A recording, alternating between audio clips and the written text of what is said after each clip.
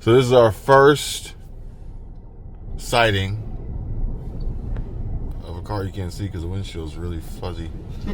Roswell green, more than likely a Z06 based on the blades on the side. Most E-race come body matched, color painted. It looks like we got a Grand Sport convertible at the light too. C6. How do you feel about that Roswell green? That's pretty. I was looking at it when he pulled out of the gas station. Were you saying color matched, body matched? Were you talking about like calipers or? Nah, the blades on the door. I don't know if you could get them at all. So we saw our first ever Roswell green C8 Z06 yesterday. And I got to tell you guys, I've got an appreciation for all the different colors out there. And I think, like, I haven't seen an orange one up close or really a yellow one, but the colors really pop and they grow on me. And red was actually my first choice when I was going to get a Stingray. I was going to buy a brand new red Stingray, torch red. And I still think these colors are super cool. I saw a white Z06 over here yesterday, and wolf gray. I still have yet to see another hypersonic gray metallic. And I don't know if it's because of that or in addition to, but this color really still gets me in the feels every time, even when it's still dirty. I don't know if you guys can tell how dirty it is. I really need to wash it, and I'm probably gonna wash it soon. But yeah, I came out here to pull the garbage can in, and then I walked past it, and I was just like, man, I gotta get a shot of this. And the camera doesn't really pick it up. It's just I'm shooting on my phone, but I don't think the camera really picks up like the feels and the vibe that I get when I walk into the garage and I see this. And it's epic.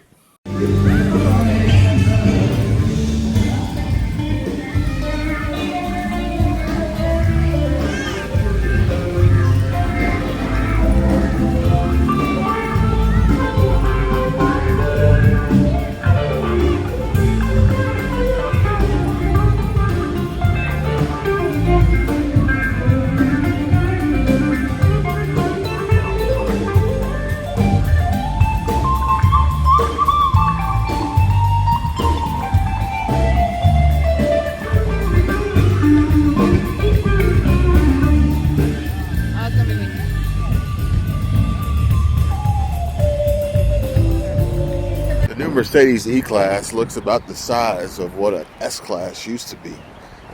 These cars are getting really, really big.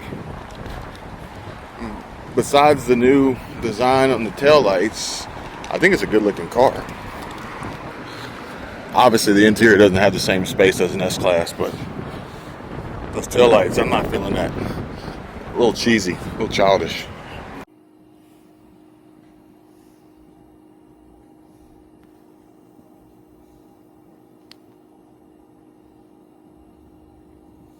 Really, they just happened to give you the Florida mug. Mm-hmm.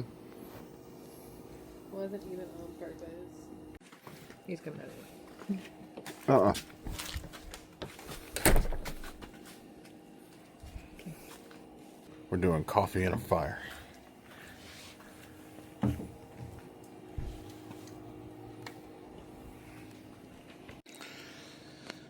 We got the fire pit up and running.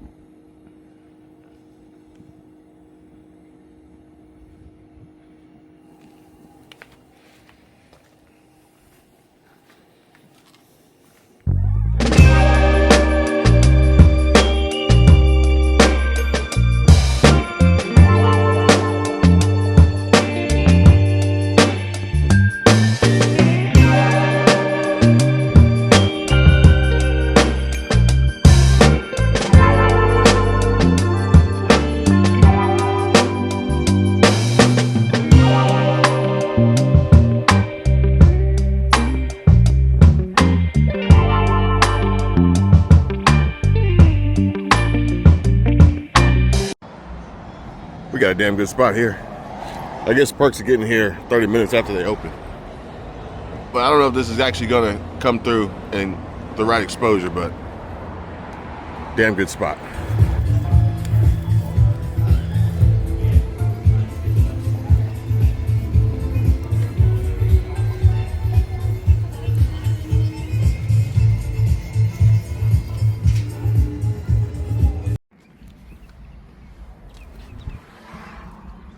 That's an E-Ray. Ladies and gentlemen, it is time. It's time to get the oil or the transmission cartridge filter swap change done in the Z06. We're coming up on 17,000 miles, which is 7,500 miles after the transmission was replaced by the original owner. And as I scheduled the appointment, the service advisor at Chevrolet asked me, she goes, "Do you know how much this is going to cost?" She's like, "Do you know how much this is going to cost?" And I was like, I've seen a few different prices online. She's like, okay. Now, granted, this is a service that's going to have to be done for C8s transmissions for the life of the vehicle at certain mileage intervals. However, as the original owner, the first service would have been complimentary on GM. I am not the original owner, nor is this the original transmission. For which I asked, does every new transmission get a free first service? And she goes, I don't know. So now we're about to fork over a lot of cash, but it's all for a good reason. To keep the maintenance up on this car so that I can drive it and enjoy it and for many, many more miles to come.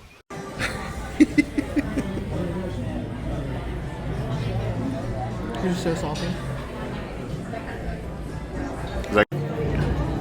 Now we have entrees. I went with the wine bar filet.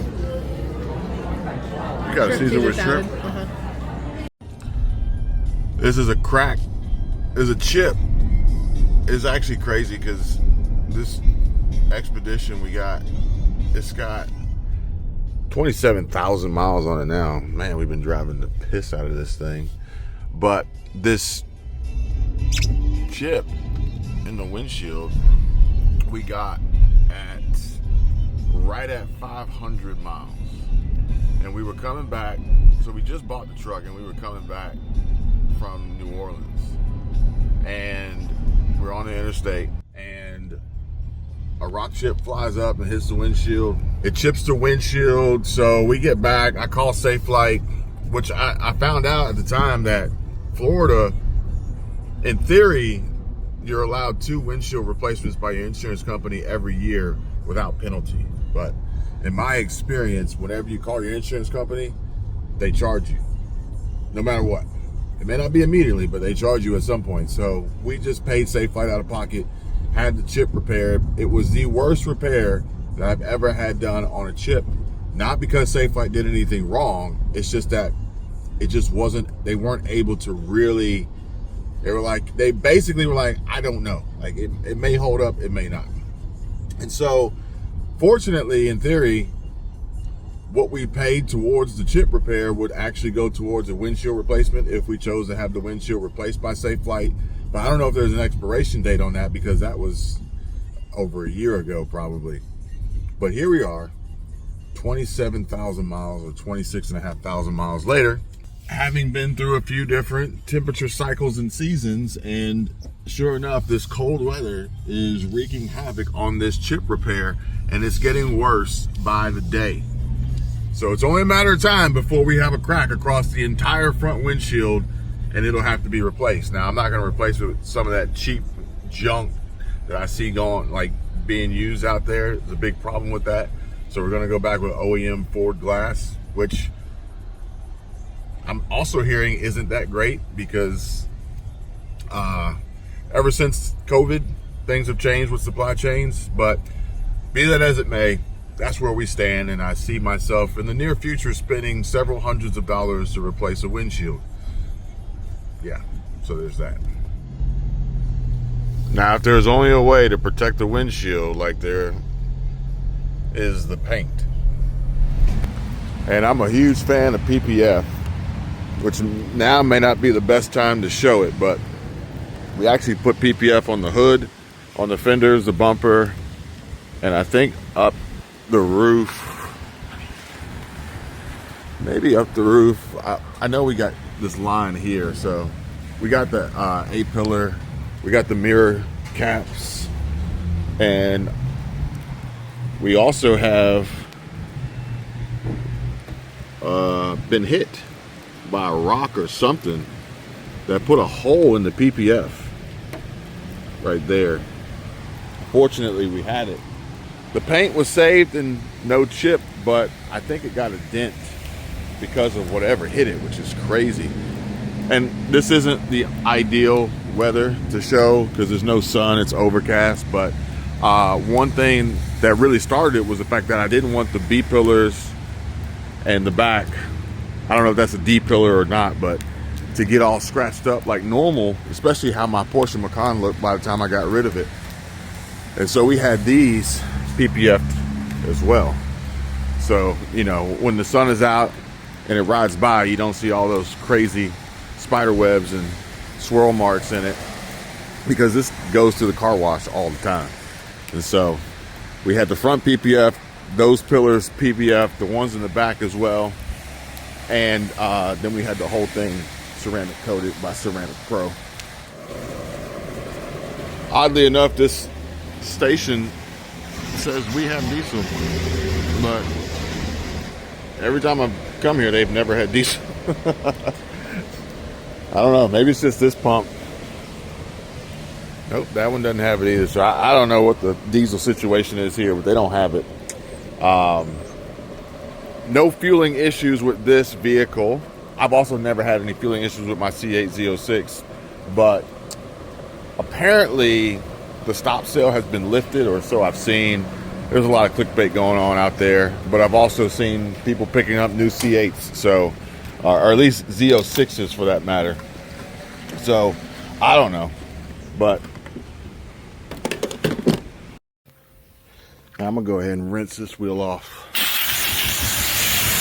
But I'll show you guys the process that I use to clean it with these new brushes I got. And I might get one more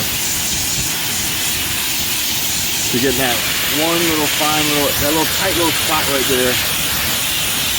We'll see how the front does with different size wheels and different size calipers, but so far so good on the back. I'm also loving the PPF because, as you all know, I have nowhere to really put my tools while I'm working. So I literally just sit them on the car, which I know everybody's like, blasphemy. But I'm really not concerned because of the PPF. So there's that. So basically where we are is quick spray. Get some soap in there. And then I use this guy and just, I get better clearance in the back. So this is the first time hitting the front wheel with it, but I get better clearance in the back, or on the back wheel so far. Well, actually, that got past the rotor pretty good. Okay, so I guess this is the bottom of the control arm at the bottom, so that's what's stopping it. But I'm using this to get in there. I got it turned like that, so it makes it easier to pretty much touch as much of the barrel as possible. And then just go through each spoke. But once I get to the caliper, that's where I run out of room. That's where I run out of room. So there's that. And this guy right here, a little smaller. So I shoved that guy in there, and it works out pretty well on the front. On the back, this smaller one it still wasn't small enough to get where I needed it perfectly. But let's see. On the bottom, we can hook it around that bottom of that control arm, and that castle nut probably is what blocks it. And then if I wanted to, I could break out the brush and get in there,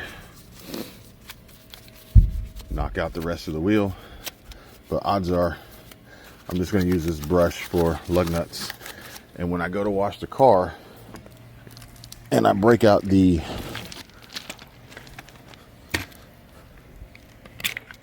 the microfibers, I'll hit the face of the wheels with the microfibers to finish cleaning them. Odds are they're probably already clean without even touching them, really. It's the little spots down here and the barrels that hold all the brake dust.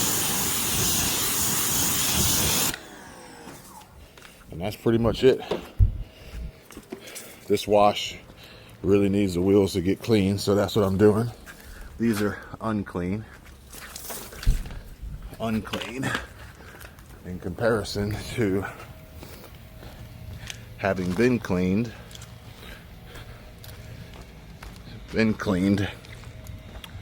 So I'll hit the wheels and get those done, and then I should have plenty of soap left to do the car, and then I'll wash the car with the microfibers, even though I don't think it really needs it because the PPF keeps the car pretty freaking clean. But as I do that, I'll go over the wheels with the microfibers, rinse it off, dry it, and be done.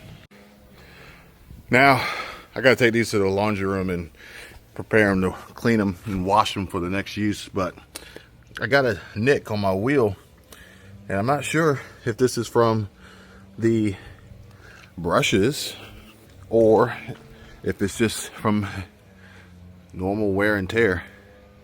I don't see any nicks on that one.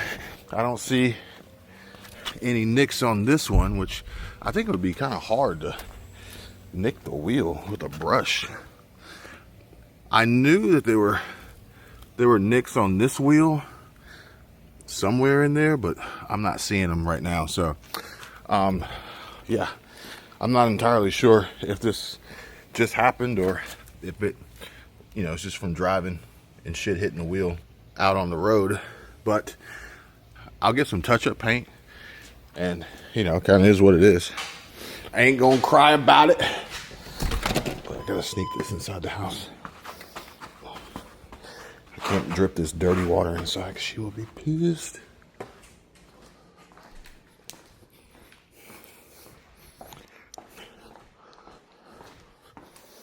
I need a bucket or something.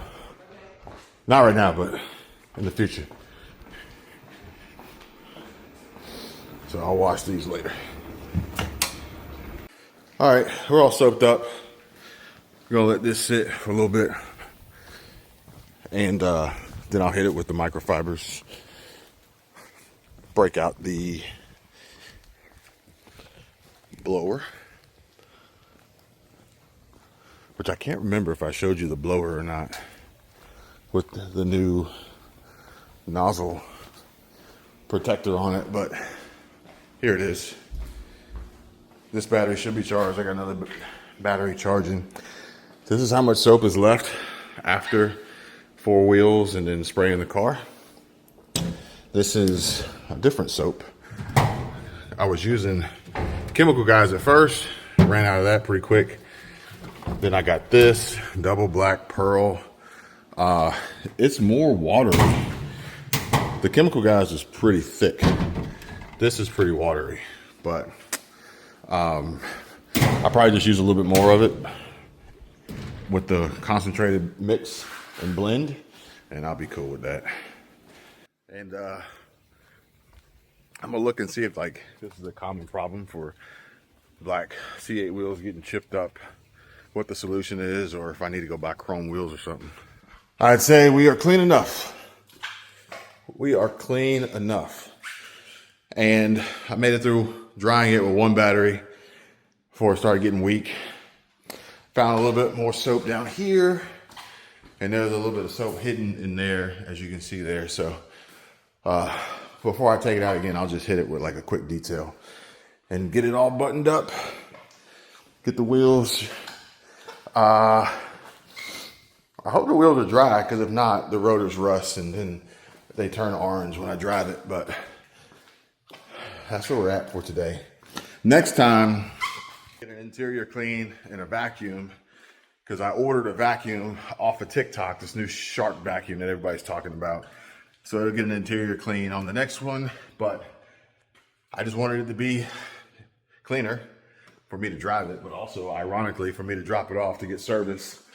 And my windshield was actually pretty dirty too, because riding around here, I got caught in the sprinklers one time, and it's reclaimed water, and it just like dunked up my window pretty bad. So we're back in business, folks, at least for now, on probably a 80-degree day in the fall. No way in hell I would do this shit in the summertime. They have to wait till like nighttime or something.